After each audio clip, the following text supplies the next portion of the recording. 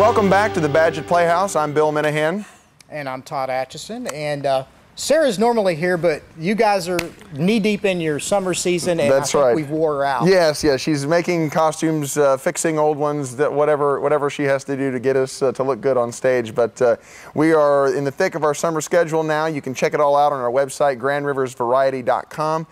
Clips and interviews, and also kind of a neat interview about the making of the Badgett Playhouse, how we got our name, all that kind of good stuff too. So lots to do on the website and all the great websites here in the area. But you've got 5 shows playing simultaneously right now, correct? Or, well, we'll be in July. We'll be in July, yeah. We'll have the, every Wednesday night, we'll have the show called Red, White, and Tuna. It's of the Greater Tuna Comedy Series. Thursday night, Pickin' and Grinnin', a tribute to Hee Haw. Friday nights, Fabulous 50s show, back for the 3rd time. Saturday matinees will be the Fabulous 50s show. Saturday nights will be the Variety show. And Sunday we'll have our Always Patsy Cline show back for the 6th time. So a young lady from Nashville portrays Patsy Cline, does a fabulous job, and the response thus far has just been overwhelming to that particular show, and also to the Fabulous 50s show. I've never seen a bad show here. It's just because, and not because you're sitting here with me, the shows are excellent. It's truly a family destination. You know, you can bring the family here to Grand Rivers, and you're in walking distance of not only the Badgett Playhouse, but Patty's 1880 Settlement across the street. Great place for dinner for the whole family, or maybe you want to bring a date and then come to the theater. We've also got Green Turtle Bay just down the road, and it is a world-class resort and marina. Absolutely. And then there's Lighthouse Landing, which is one of our truly unique destinations here in Grand Rivers. They are probably the premier sailing marina in the region, and we had an opportunity to go out and talk to Chip Riddle, who's their sailing instructor, about a program they offer for beginning sailors.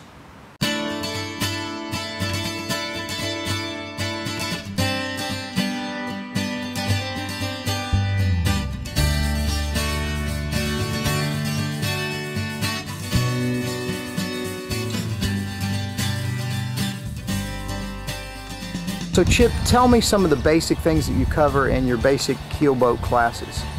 Well, we start off learning some terminology. And the terminology is like talking Greek to some students that don't know anything about it, but they quickly pick it up, like port and starboard. It's pretty simple, but then we learn the rules of the road with a lot of safety. Everybody wears life jackets as we go out. And then we learn the dynamics of what makes a boat sail. You know, it's the same thing keeps an airplane in the air. But we sail all points of sail. We do man overboard drills. We heave to. In other words, we stop the boat in the water and let it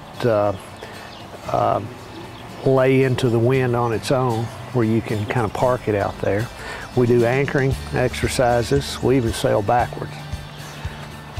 But we cover it all, and we do a lot of repetition on points of sail and all that, and man overboard drills. But we sail every day in our 4 days. Plus we have some classroom that we do, and we have 2 tests involved in it. One for the basic keelboat and one for the basic coastal cruising. I don't really call them tests. I tell them we fill out forms. So Chip, tell me a little bit more about the more advanced class that you offered, the basic coastal cruising class. What's that cover? Well, the basic coastal cruising is part of the 4-day class. We have other classes, navigation, that we do all in classroom. It's paper and pencil navigation, dead reckoning, a lot of compass work. And it gets you ready for the classes beyond that, like bareboat chartering classes, which I do down in Florida, and advanced coastal cruising, which involves some offshore work. So these would be good first steps for those of you even thinking about maybe getting your captain's license. This would be a good place to start, a good starting point maybe? It would. Our navigation class is a little more in-depth than the captain's course provides, so it would get you ready for that. Plus the rules of the road, the light systems that the captain's course requires. We go over all that.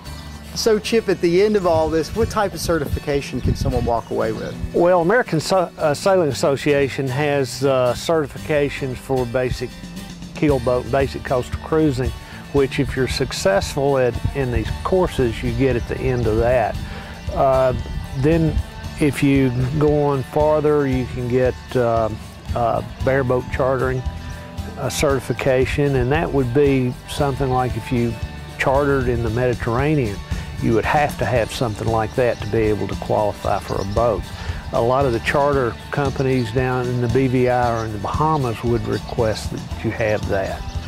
And you would have a log book, very much like a passport that you would have, and it would have the certifications in there where if a charter company wanted to check, they could get online and see how you did in the course. So Chip, you know, we've got these beautiful lakes down here.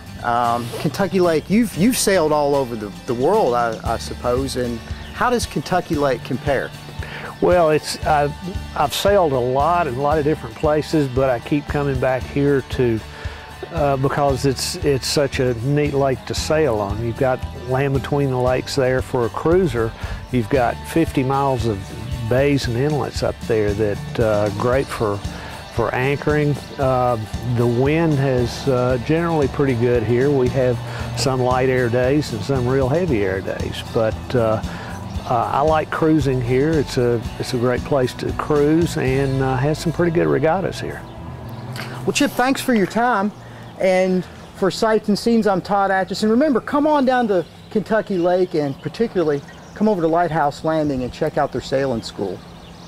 Well, that looks like a lot of fun down there at Lighthouse Landing. Chip Riddle, great guy, great teacher, I understand as well. You know, that's really a unique program. Most people think you have to go to one of the coasts to get sailing instruction, and we have it right here in Grand Rivers, Kentucky. It's a world-class sailing facility, Kentucky Lake, and also a world-class teacher just down the road in Chip Riddle. That's right, and a great guy too. He is a great guy. I had a lot of fun shooting that. So again, come on out to Grand Rivers. You can have some dinner over at Patty's, maybe walk over to the jetty, check that out over at Lighthouse Landing, maybe stay at Green Turtle Bay and take in a show. Sure, yeah, lots of shows going on this Wednesday through Sunday. We'll have shows this summer. You can get the full lowdown on those shows at our website at grandriversvariety.com. We've got some show clips and some information, cast information, so lots and lots going on.